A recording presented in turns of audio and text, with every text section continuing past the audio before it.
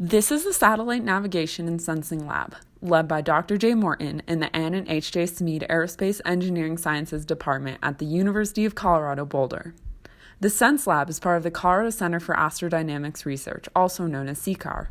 In our lab, we conduct research in 4 primary areas: instrumentation development for distributed remote sensing research and satellite signal monitoring, ionosphere monitoring, and space weather forecasting to mitigate the impacts of solar events, GNSS reflectometry for remote sensing of the ocean, sea ice, and land cover, and receiver technology development for navigation in challenging environments using GNSS and radio signals of opportunity.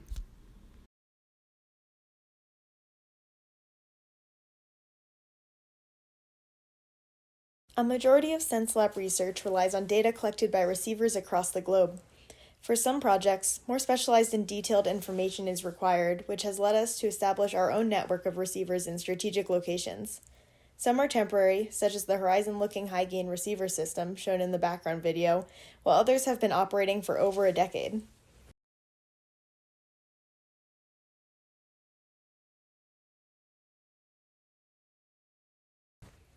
These receiver systems are designed, fabricated, and deployed by the SeNSe Lab's 2 research engineers with assistance from undergraduate, master's, and doctoral students.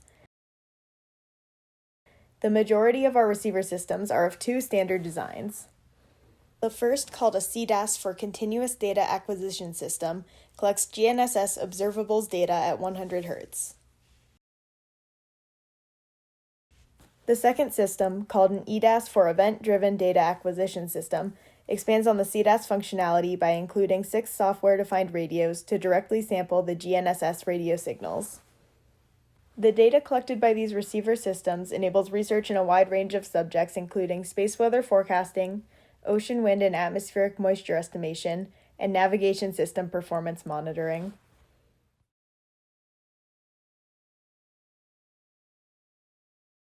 The Earth's ionosphere is one of the most consistently exciting topics in GNSS research.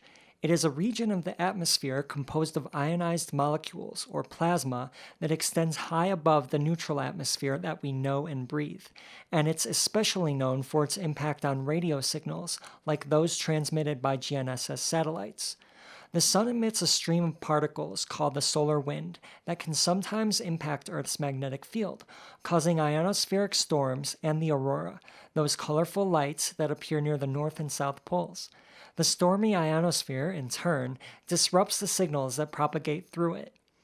Various structures can form in the plasma and drift around, and it's important to know where they're going. That's why our lab combines measurements from a variety of different sources in order to better understand the behavior and impact of the ionosphere, as well as to forecast the state of the ionospheric plasma using a variety of techniques such as machine learning. Overall, the influence of space weather and the vast data sets of ionosphere observations make this one of the most challenging and exciting topics in GNSS research.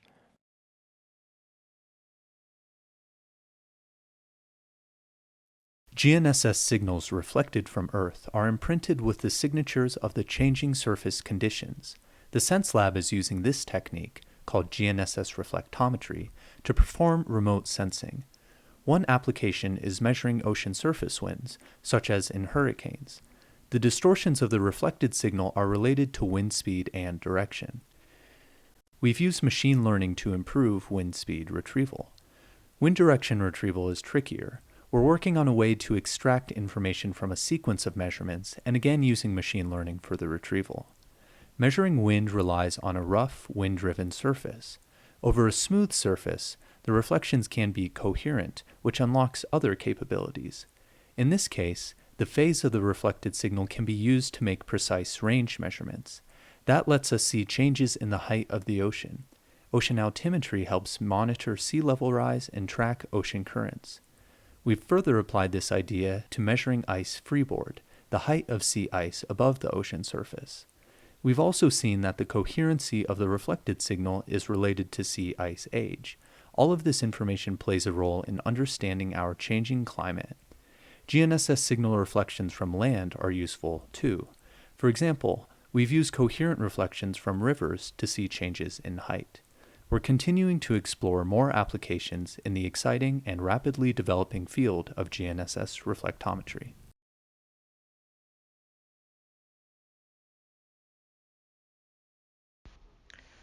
Another research area in this group is navigation technology development, where we mitigate disturbances, multipath, and dynamic effects on navigation signals and investigate emerging navigation systems and methods. GNSS radio occultation signals may experience ionospheric and tropospheric scintillation, which are abrupt fluctuations in both the signal amplitude and carrier phase. Under these circumstances, it's challenging for GNSS receivers to maintain lock of the signal. Our lab has developed phase noise models for the scintillation effects and advanced signal tracking algorithms, which optimize the receiver performance in high dynamic and low signal quality situations.